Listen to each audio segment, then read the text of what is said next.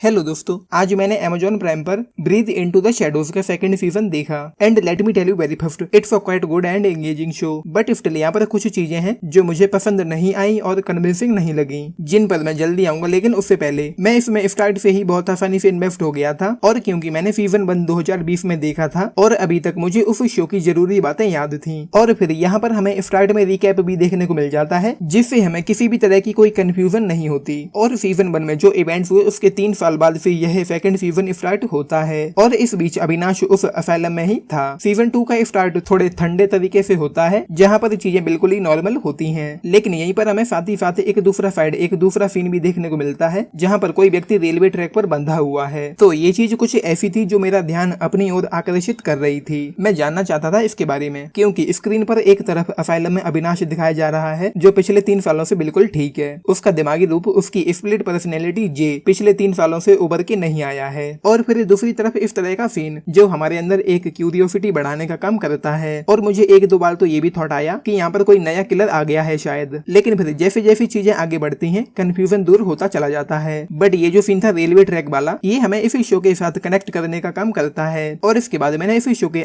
इस सीजन के सारे ही एपिसोड्स काफी आसानी से देख लिए, क्योंकि यहाँ पर चीजें काफी अच्छी और एंगेजिंग होती हैं। कल एक मोहतरमा ने मेरी एक वीडियो पर कमेंट करके पूछा कि मैं ये तो बता दूं कि ये फिल्म थी किस बारे में। वैसे तो मैंने उनकी बात का जवाब उसी कमेंट सेक्शन में दे दिया था, लेकिन मैं और भी कुछ कहना चाहता हूँ। उस कमेंट को पढ़कर मुझे ऐसा फील हुआ कि वो वहाँ पर ये कहना चाह रही थी कि इस फिल्म की स्टोरी क्या है, प्लॉट क्या है। तो मैं मोस्टली किसी भी फिल्म या सीरीज के रिव्यू के आखिर में उसकी कहानी, उसके प्लॉट के बारे में बात करता हूँ, वो भी स्पॉयलर्स का ध्यान रखते हुए। तो शायद उन मोहतरमा ने तड़का फिल्म का रिव्यू आखिर तक नहीं देखा, तो मैं बस उनसे यही कहना चाहता हूँ कि पहले तो रिव्यू पूरा देखिए, और दूसरा, मेरे किसी भी रिव्यू में आप स्पॉइलर की उम्मीद मत रखना। मैं वो बातें कभी नहीं बताऊंगा जो आपके कंटेंट देखने के मजे को खराब कर दें, और अगर मैं कभी बताऊंगा भी तो पहले ही वार्निंग दे दूंगा या फिर थंबनेल में ही बता दूंगा। So it's clear. तो अब लौट कर आते हैं इस शो पर। तो यहाँ पर चीजें काफी अच्छी होती हैं। ये मुझे कहीं भी फ्लो या ड्रैग होता हुआ भी फील नहीं हुआ। कुछ एक सीन में थोड़ा थमता हुआ सा फील होता है, बट इट्स ओके। और इसने मुझे अपने साथ काफी हद तक हुक एंड बुक भी कर लिया था। लेकिन यहाँ पर कुछ चीजें थी जो मुझे कन्विंसिंग नहीं लगी, ज्यादा पसंद नहीं आई, जो मेरा ये कनेक्शन तोड़ रही थी, बट ज्यादा देर के लिए नहीं। और दूसरी तरफ ये शो मुझे कहीं पर भी बहुत ज्यादा एक्साइटिंग और इंटेंस नहीं लगा। मतलब वो वाली चीजें मुझे यहाँ पर नजर नहीं आई जो मुझे इस शो के बारे में और ज्यादा जानने के लिए एक्साइट कर रही हूँ। मतलब पहला वो सीन हमारे मन में सवाल उठाता है, लेकिन मुझे इसके बारे में और ज्यादा जानने, आगे भी देखने के लिए बहुत ज्यादा उत्साहित नहीं कर पाया। और न ही यहाँ पर चीजें ज्यादा इम्पैक्टफुल थ्रिलिंग होती हैं, जिसका हमारे ऊपर किसी भी तरह से कोई गहरा असर पड़ सके। कहने का मतलब, मुझे इसे देखते समय वो वाला फील ही नहीं आया जब हम सब कुछ भूलकर इसमें ही खो जाएं, या फिर जब मुझे कैरेक्टर्स के साथ होने वाली चीजों के बारे में सोचकर डर लगे। लेकिन जैसा कि मैंने कहा भी, इसने मुझे अपने साथ हुक एंड बुक कर लिया था, बट पूरी तरह से नहीं। और यहाँ पर अच्छी बात यह है कि इसकी लेंथ मुझे कहीं पर भी ज्यादा फील नहीं हुई, क्योंकि of course as I already told you, ये काफी ज्यादा एंगेजिंग है और हमें ज्यादा देर के लिए डिस्कनेक्ट भी नहीं होने देता। चीजें स्लो और बोरिंग नहीं होती, और न ही ये मुझे कहीं पर भी अपने ट्रैक से भटकता हुआ फील हुआ। लेकिन मैंने ये कहा कि यहाँ पर वो वाला फील नहीं है। मैं कहीं पर भी टेंस इंटेंसिटी जैसा कुछ भी फील नहीं कर पा रहा था। हालांकि यहाँ पर काफी कुछ अच्छे ट्विस्ट टर्न्स हैं, लेकिन 2-1 को छोड़कर ज्यादा सरप्राइजिंग नहीं है। और जितना मुझे याद है कि जब मैंने ब्रीथ इनटू द शैडोज का फर्स्ट सीजन देखा था, तो वहाँ मुझे काफी ज्यादा हंसी भी आई थी, क्योंकि जब वो दोनों कैरेक्टर जेपी और प्रकाश एक साथ काम करते हैं, तो उनके अलग अलग शहरों के आने की वजह से आपस में बिल्कुल भी नहीं बन पाती, जिसकी वजह से वहाँ पर फनी सा माहौल बनता है जो हमें हंसाने का काम करता है। और यहाँ पर मैं वो सब कुछ मिस कर रहा था। लेकिन इसका स्क्रीन प्ले काफी टाइट है, और इस शो में काफी इंप्रूवमेंट भी हो सकती थी, क्योंकि इसमें पोटेंशियल तो है, लेकिन मैं समझता हूँ कि इसे यहाँ पर वो वाला ट्रीटमेंट नहीं दिया जा सका।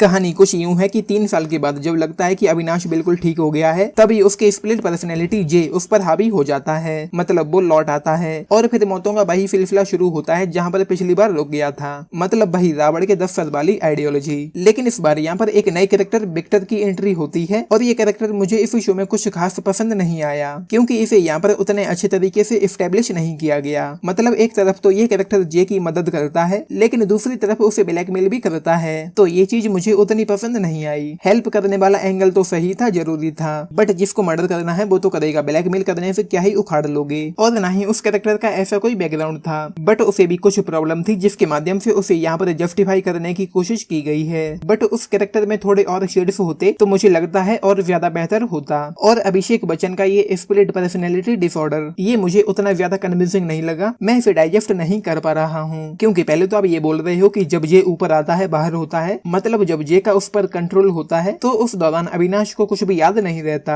ठीक है, इतना तो सही लगता है, लेकिन ये जे किसी भूत की तरह आता जाता क्यों है? मतलब कभी भी जब उसका मन हुआ आ गया और जब मन हुआ चला गया, जैसे भटकी हॉरर फिल्मों में होता है। तो ये चीज मुझे उतनी कन्विंसिंग नहीं लगी। मतलब यार ऐसा थोड़ी होता है। I mean, किसी भी तरह का कोई ट्रिगर नहीं, कोई स्ट्रेस नहीं, कोई मारता हो उसे, उसके बाद वो बदल जाता है, या फिर सुबह उठने के बाद कुछ और बन जाता हो, ऐसा कुछ भी नहीं होता। अचानक से कभी भी कहीं भी प्रकट हो जाता है और चला जाता है। और जिस तरह से वो यहाँ पर अपने विक्टिम से चुनता है, वो चीज भी मुझे उतनी नहीं जमी। इसके अलावा यहाँ पर अच्छा खासा ड्रामा है जो काफी इंटरेस्टिंग और ग्रिपिंग है। एंड एक्टर्स तो नो डाउट यहाँ पर अभिषेक बच्चन की परफॉर्मेंस तो सबसे ही ज्यादा अच्छी है। उन्होंने इस कैरेक्टर को बेहतरीन तरीके से निभाया है। इसके अलावा अमित साध भी एक बार फिर से बहुत संजीदा और परफॉर्मेंस में बहुत अच्छे लगते हैं। उनका भी काम काबिले तारीफ है। और टीवीएफ के एस्पायरेंट्स में नजर आए नवीन कस्तूरिया भी यहाँ पर देखने को मिलते हैं और उनका भी काम यहाँ पर बहुत अच्छा है। नित्या मेनन और वो चाइल्ड आर्टिस्ट भी अपने अपने कैरेक्टर में काफी अच्छे लगते हैं। और इनके अलावा अन्य दूसरे एक्टर्स भी यहाँ पर अगेन अच्छे ही लगे हैं। मैं जाकिर हुसैन साहब, ऋषिकेश जोशी और श्रीकांत वर्मा को भी यहाँ पर मेंशन करना चाहता हूँ उनके अच्छे प्रदर्शन के तौर पर। तो दोस्तों यहाँ पर इस तरह की चीजें हैं, अगर ज्यादा दिमाग न लगाएं तो ये आपको काफी पसंद भी आ सकता है और ये आपको एंटरटेन भी करेगा। बट मैं तो यही कहूंगा कि ये मुझे काफी ठीक लगा